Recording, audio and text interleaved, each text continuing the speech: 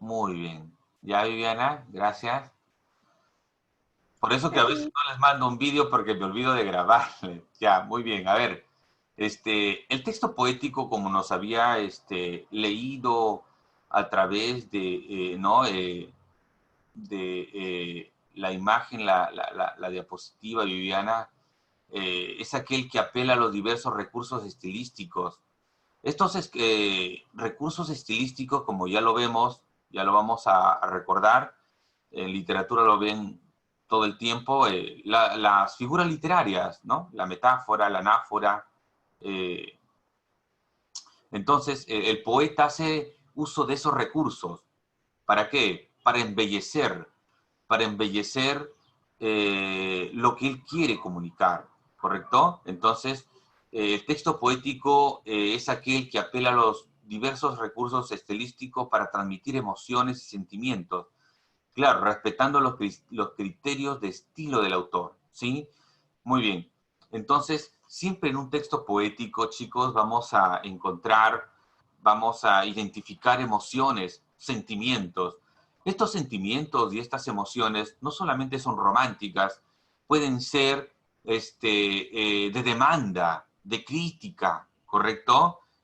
Pueden ser de exaltación, pueden ser de apología, etcétera.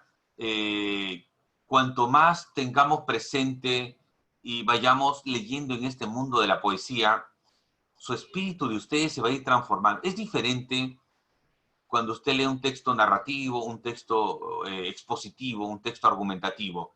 Es decir, está el análisis, está la referencia, está el conocimiento, está la filosofía. Pero en un texto poético nos despierta el otro ámbito de nuestro ser, que tiene que ver con los sentimientos humanos, ¿no? Muy bien. A ver, veamos qué más tenemos. Texto poético, estructura, ¿sí? A ver, eh, Lucero, lea por favor la estructura.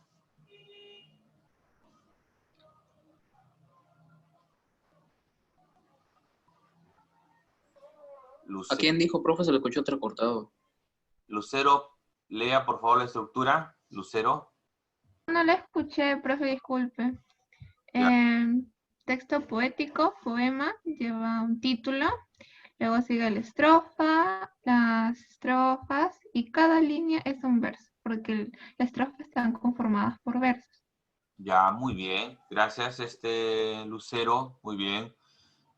Las partes de un texto poético es sencillo, ¿no? El título, ¿no? La estrofa, que está formado por el conjunto de versos, y un verso no es más que una línea, ¿no? Una línea poética, el primer renglón, digamos, eso es el verso.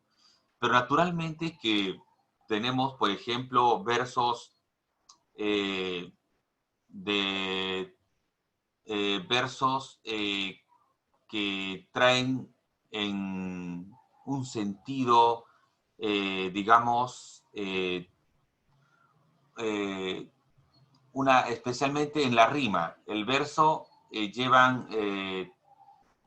son los que conforman las rimas en contacto con otro verso, ¿sí? Naturalmente que eso no lo vamos a ver, no es parte de no es parte de nuestra clase, pero vamos conociendo un poco más de ello, ¿no? Sutilmente. Lo que nuestra clase va a explotar más del texto poético es la interpretación, la crítica, el comentario, la inferencia. Ustedes saben cómo es ya comprensión lectora. Entonces, la literatura sí, ¿no? Tendríamos que enfatizar en rima, métrica, etcétera, ¿no?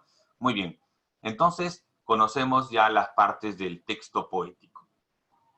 A ver, veamos un ejemplo, ¿sí? A ver, eh, Viviana, lea por favor, pero dele vida, puede pararse, puede gesticular, porque creo en ti, ¿eh? Porque creo en esas cualidades muy interesantes que tiene. A ver, hija, lea y dele vida al muerto.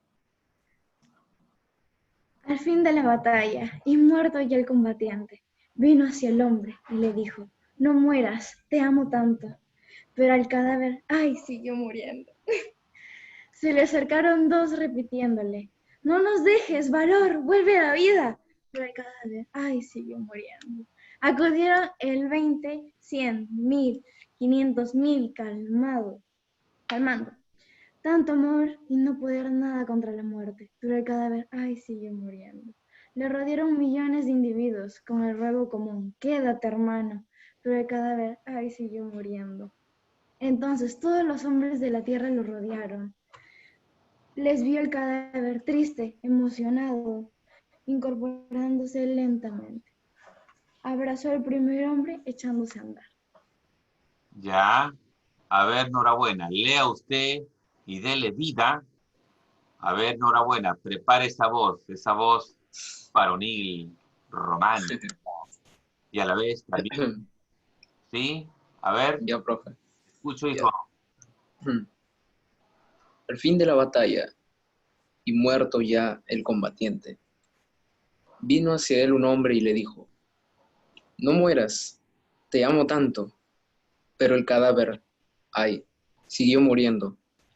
Se le acercaron dos y repitiéronle, no nos dejes, valor, vuelve a la vida. Pero el cadáver, ay, siguió muriendo. Acudieron a él 20, 100, 1000, 500 mil, clamando, tanto amor y no poder nada contra la muerte. Pero el cadáver, ay, siguió muriendo. Le rodearon millones de individuos con un ruego común, quédate hermano. Pero el cadáver, ay, siguió muriendo. Entonces todos los hombres de la tierra le rodearon. Les vio el cadáver triste, emocionado. Incorpórese lentamente. Abrazó el primer hombre, echóse a andar. Muy bien, gracias, hijo. Nos preguntaremos cómo que el cadáver se va a levantar y le va a dar un abrazo, ¿correcto? Eso sería ilógico en la razón, ¿no? Pero en la poesía, en el arte de la palabra, puede pasar de todo. Es decir, lo vamos a ver al final, pero ya un poco que me emociona, ¿no? Ver a nuestro gran Vallejo, porque Vallejo es lo universal que tenemos, es lo mejor, mejor que Vargas Llosa, mejor que otro. Vargas Llosa sí es un grande, pero Vallejo inspira algo más trascendental, entonces luego lo vamos a discutir. Muy bien. Continúo con mi clase. Sigamos, a ver, características del texto poético, ¿correcto? Veamos algunas características que ya conocemos. A ver, el texto poético, como ustedes ya saben, sí pertenece a un género lírico. ¿Por qué, profesor? Porque el género lírico es este género es el que trabaja o elabora o se encarga de transmitir, expresar los sentimientos más profundos del hombre, que puede ser eminentemente de tristeza, melancolía.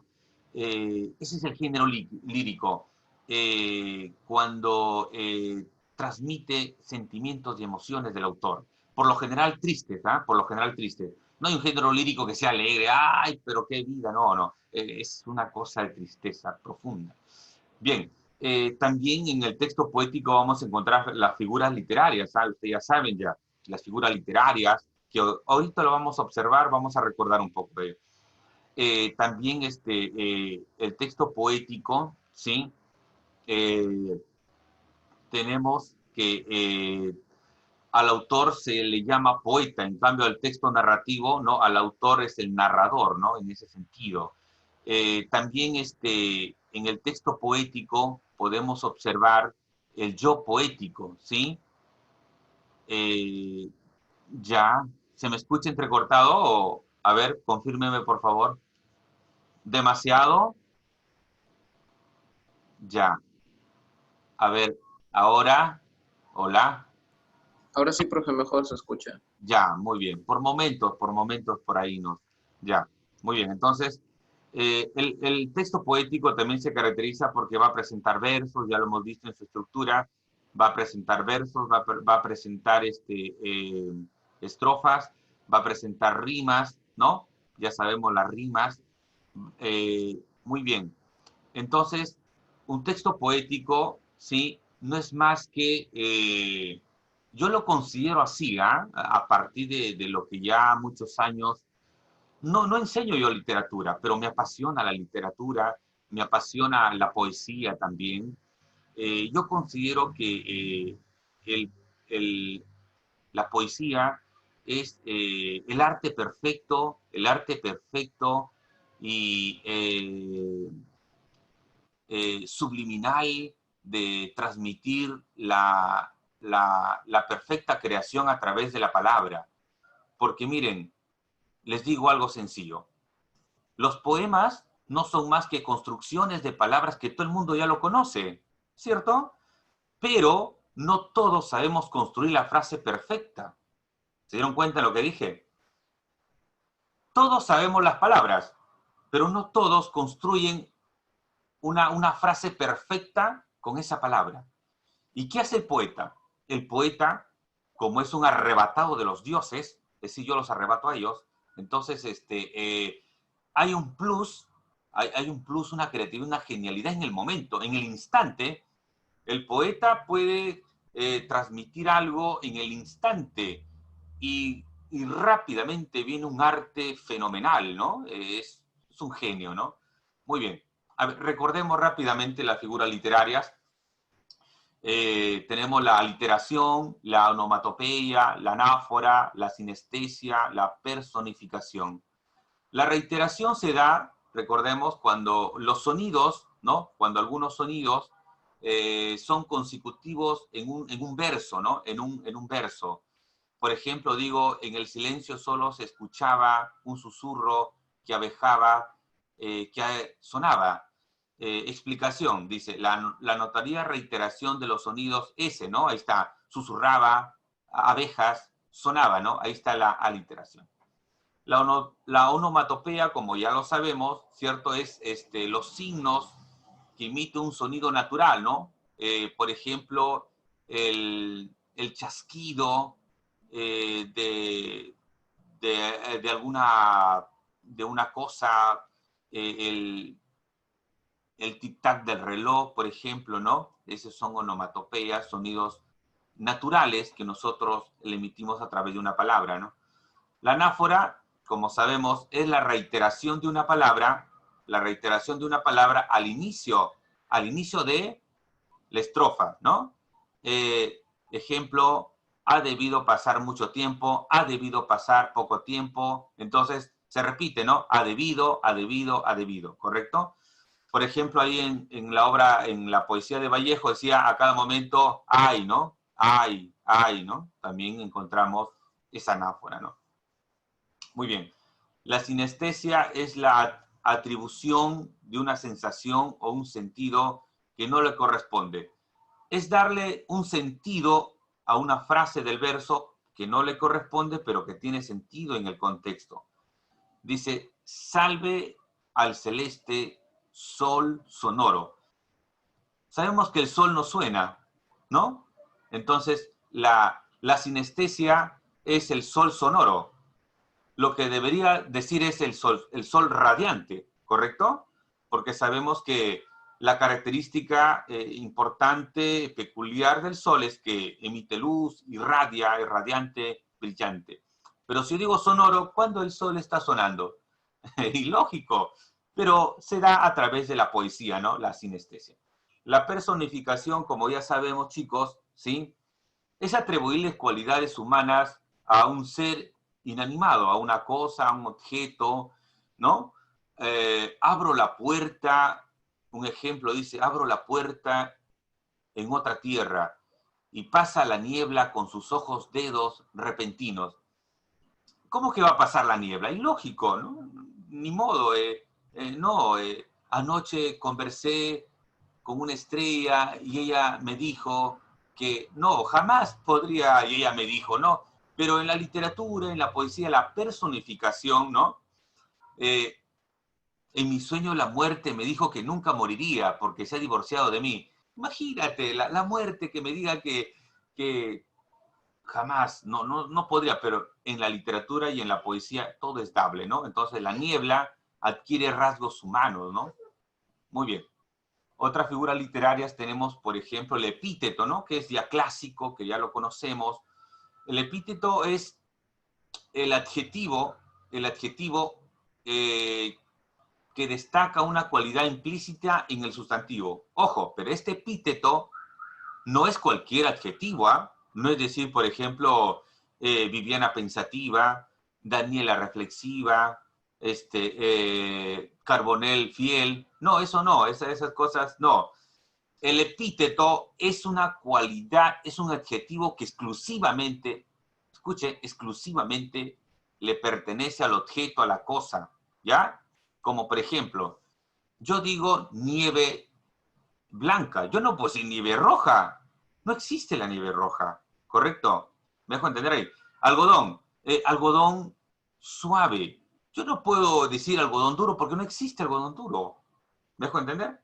Entonces, el epíteto es el adjetivo que le pertenece por naturaleza al sustantivo, en el sentido conceptual. Por ejemplo, dice, allí hay barrancos hondos de pinos verdes. Un barranco siempre va a ser hondo. Los pinos verdes, no puede haber algo diferente.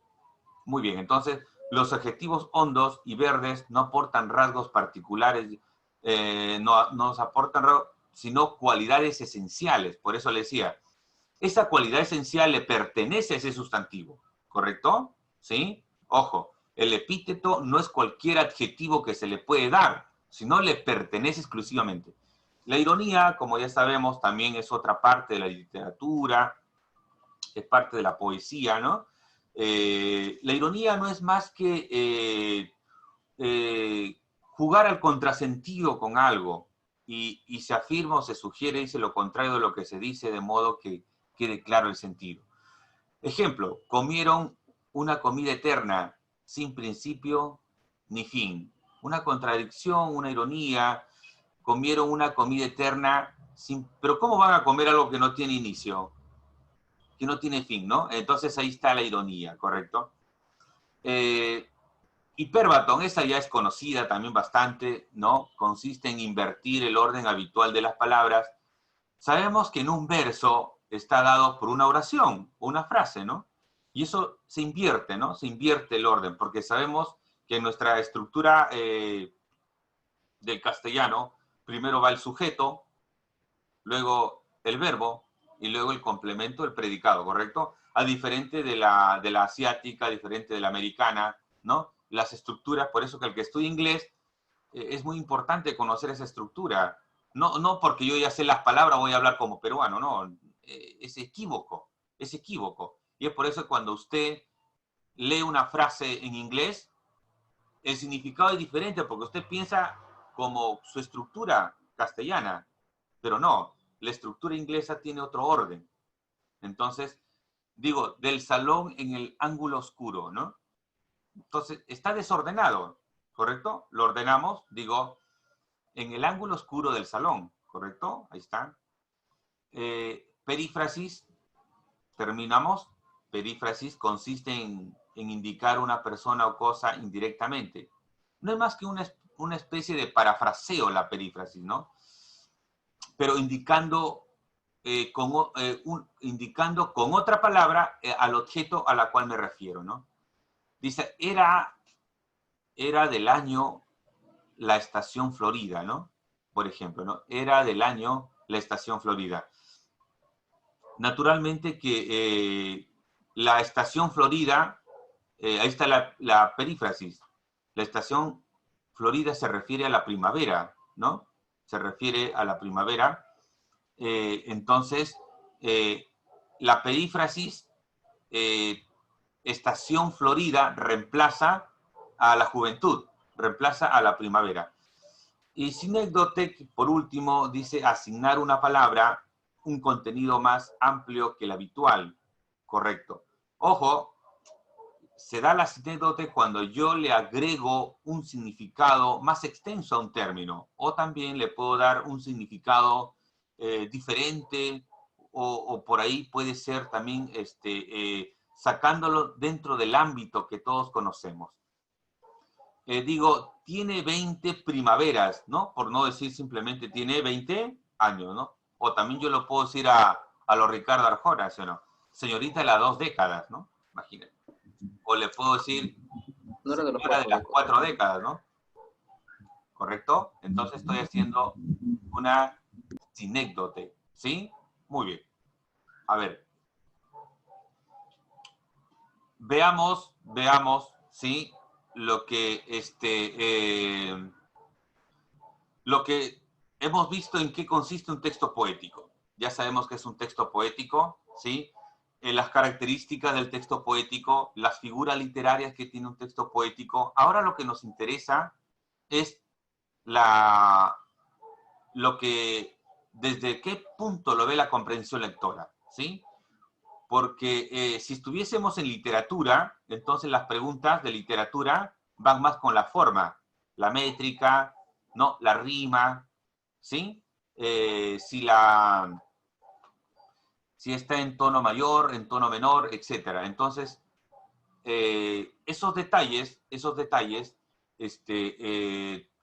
no lo vamos a valorar acá, más vamos a destacar, vamos a enfatizar en lo que es el análisis, la interpretación, el mensaje, ¿no? Sobre ello. Muy bien. De nuevo tenemos el poema Masa, ¿correcto? A ver, ¿sí? Muy bien. Dice, preguntas. ¿Cuántas estrofas presenta el texto? Rápidamente, sencillo. ¿Cuántas estrofas? ¿Cuántas? A ver, ¿cuántas serían? Una. 5. Ya. Muy bien. 1, 2, 3, 4, 5. 5 estrofas, naturalmente. ¿Correcto? Muy bien. A ver. Otra pregunta. ¿Qué figura literaria presenta el poema? A ver, ¿quién me dice? Vamos. Al menos una figura, a ver. Hipérbole veo, profe. A ver, ¿cuál es el hipérbole? A ver. 20, 100.000, 500.000. Acudieron a él 100.000, acudieron a él 20, 100, 1.000, 500.000. ¿Es hipérbole o hipérbatón? Viviana. Acuérdense que el hipérbatón es el desorden. Hipérbole. Hipérbole es la exageración, ¿ah? No he tocado ese tema, pero también es una figura literaria en la cual la hipérbole es la exageración de un acto, de una cualidad. Por ejemplo, un hipérbole. Ejemplo, les digo, Lucero salió como flecha a su casa. Entonces, Lucero nunca puede ser como flecha, pero estoy indicando que salió rápidamente y estoy exagerando, ¿correcto? Entonces, fíjense. Muy bien. Entonces tenemos una figura literaria. Dice, a ver, al fin de la batalla, y muerto el combatiente, vino hacia él el hombre y le dijo, no mueras, te amo tanto. Pero el cadáver, ay, ese ay tiene que ser doloroso. Siguió muriendo. ¿Correcto? Segunda estrofa. Se le acercaron dos y repitiéronle, no nos dejes, valor, vuelve a la vida. Pero el cadáver, ya, muy bien, entonces ahí encontramos una anáfora, mira. ¿Sí? Pero el cadáver, ¿correcto? Pero el cadáver, muy bien, es una anáfora. ¿Por qué? Porque se repite constantemente al inicio de la estrofa, ¿correcto? Muy bien, a ver. Profe. ¿Ese ahí es una onomatopeya? No, ¿o sí? ¿Cuál? Ah, ya, sí, muy bien. A ver, ¿cuál sería la onomatopeya? Viviana, ¿cuál sería la onomatopeya? El ay. Ay, no eso, a ver, No es una onomatopea acá, hija, porque no le estás dando cualidades humanas a un objeto, a una cosa que ya no lo tiene. Donde podríamos ver es acá, ve. Les vio el cadáver triste, emocionado, incorporándose, ¿no? Le estamos dando vida a un cadáver, es decir, el cadáver ya no tiene vida, pero le estamos dando de nuevo vida a través del lenguaje. Muy bien. A ver, lo que más me interesa es a partir de la pregunta 3. ¿Qué elementos connotativos podemos identificar? 4. ¿Crees que el autor nos transmite algo de su vida o exterior? ¿Cuál es el mensaje del poema? A ver, ¿qué elementos connotativos podemos identificar? A ver, los elementos connotativos. A ver, ¿cuál sería? ¿Vamos? ¿Quién participa? Acuérdense que los elementos connotativos tienen que ver con el lenguaje connotativo, ¿sí? Es decir, el mensaje, los significados indirectos, los significados o, en otras palabras sencillas, la inferencia, ¿no? A ver, elementos connotativos. Al fin de la batalla y muerto el combatiente vino hacia él un hombre y le dijo, no mueras, te amo tanto.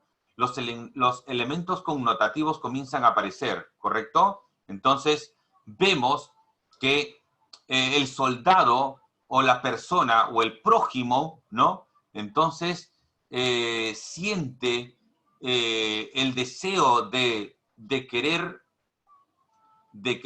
mostrar, no solamente mostrar, sino actuar frente a una desgracia, porque el cadáver connota desgracia. El cadáver connota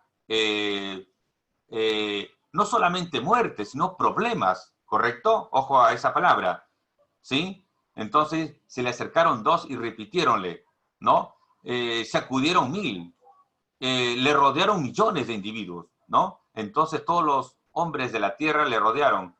Les vio el cadáver triste, emocionado, incorporarse. Entonces, fíjense, el cadáver no podría solucionar sus problemas solo, ni con 1, ni con 2, sino que necesitaba especialmente que la humanidad entera tome conciencia del problema que estamos pasando, ¿correcto? Fíjense, si yo digo, oiga, yo me quedo en casa, pero ¿qué gano yo quedándome en casa si soy uno? Pero si tomamos conciencia, es decir, la humanidad, no solamente 1000 hombres, sino los 30 y pico millones que somos, entonces podemos nosotros transformar esto lo que tenemos ahora como problema, ¿correcto? Entonces, los elementos connotativos son aquellos mensajes indirectos que podemos ir descubriendo. Pregunta 4. ¿Crees que el autor nos transmite algo de su vida o es exterior? A ver, ¿quién me responde eso? ¿Crees que el autor transmite algo de su vida? A ver, ¿alguien participa? Profe, yo creo que son los dos, porque para hacer esa composición, creo que, como le he entendido que usted ha explicado, es un problema, ¿no? Y que todo el mundo tiene que tomar conciencia y que le he ejemplificado con la pandemia. Debe ser el exterior, porque si está tomando a un grupo de personas, no creo que en su vida personal un montón de gente lo haya ayudado como para solucionar algún problema personal que le haya tenido. O sea, creo que es del exterior. Ya, ¿Me ya. expliqué? Sí, sí, ya. Muy bien. A ver. Profe, pero explique, ¿a qué se refiere a la última parte en la que dice y se levantó y abrazó al primer hombre? Ya, O sea, el impulso, agradece el primer impulso. ya. Muy buena pregunta, Lucero. Te explico. ¿Me escuchas, Lucero? Ya, muy bien. A ver, para todos, ¿sí? Nunca se olviden que estamos en un género lírico. Acuérdense de ello, ¿sí? El género lírico había dicho que es un género donde se transmiten los sentimientos más hondos, más profundos. Y recordemos que para analizar un poema hay que conocer quién es el autor, ¿correcto? Entonces, conocer a Vallejo es conocer a un hombre eminentemente humano. Vallejo, antes de morir, ¿sí? Salió a la plaza en España y en pleno frío europeo, entonces nuestro Vallejo salió y se sentó ahí, y en medio de ese dolor se preguntaba lo siguiente, decía, ¿qué será de mis hermanos peruanos? ¿En qué estado? ¿Cómo estarán? Imagina, tú te vas a España y ni siquiera te importa a nosotros, ¿ya? ¿Qué será del profesor Iván? No, ya no. Viviana disfrutando del paisaje, Lucero en las grandes pinturas, Norabuena ahí disfrutando. Pero Vallejo tenía ese espíritu eminentemente humano. Y por eso que él, al contarnos, al transmitir esta poesía, ¿no? Nos transmite su más profundo espíritu humano. ¿Por qué? Porque respondo, porque me queda un minuto y medio, a Lucero cuando me hace la pregunta por qué el cadáver lo vio y luego echóse a andar.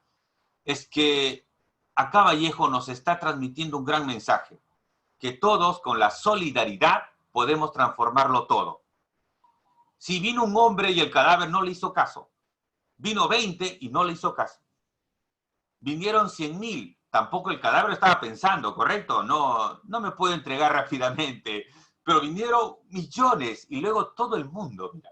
Entonces, ¿qué significa todo el mundo? Solidaridad, fuerza. Por eso el poema es masa. ¿Y qué es una masa? Es un consolidado, es un conjunto, un grupo. Entonces, Vallejo nos transmite un gran mensaje que todos los peruanos podemos salir adelante a través de la solidaridad. Pero naturalmente que la solidaridad no viene sola. La solidaridad hay que aprenderla. ¿Y dónde la aprendemos? En casa, con nuestros padres, en la escuela. Y termino con esta frase. Los seres humanos somos la construcción de la educación, o en otras palabras sencillas, somos el producto de una educación, somos el producto de una cultura, y nuestra cultura peruana le falta mucho ser solidario. Entonces, seamos solidarios y transformemos lo que tenemos que transformar. Nos vemos y saludos para todos. Chao, profe. Chao, muy bien. Chao, profe. Chao, chao, nos vemos.